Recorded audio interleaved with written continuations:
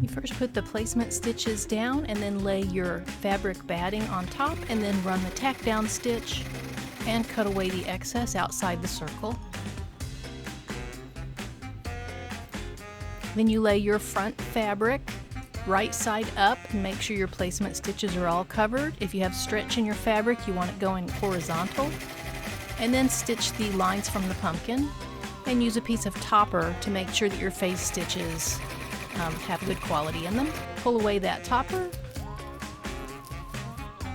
This is optional, but if you want to add a little stuffing between the fabric and the stabilizer, you can put just a little bit in there with tweezers or hemostats, and then lay your back fabric, that's right side down, over everything and stitch the seams.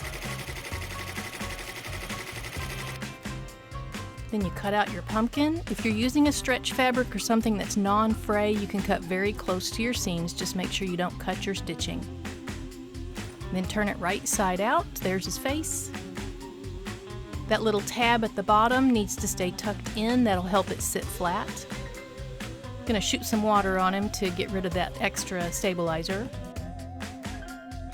And then you stuff it.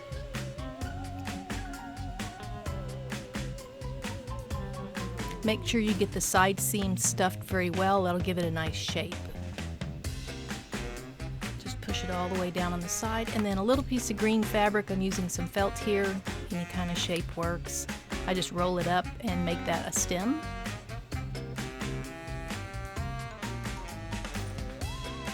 Now we do a running stitch. I'm using a very strong thread. This is an upholstery thread, or you can use a button and craft thread, just something stronger than regular sewing thread.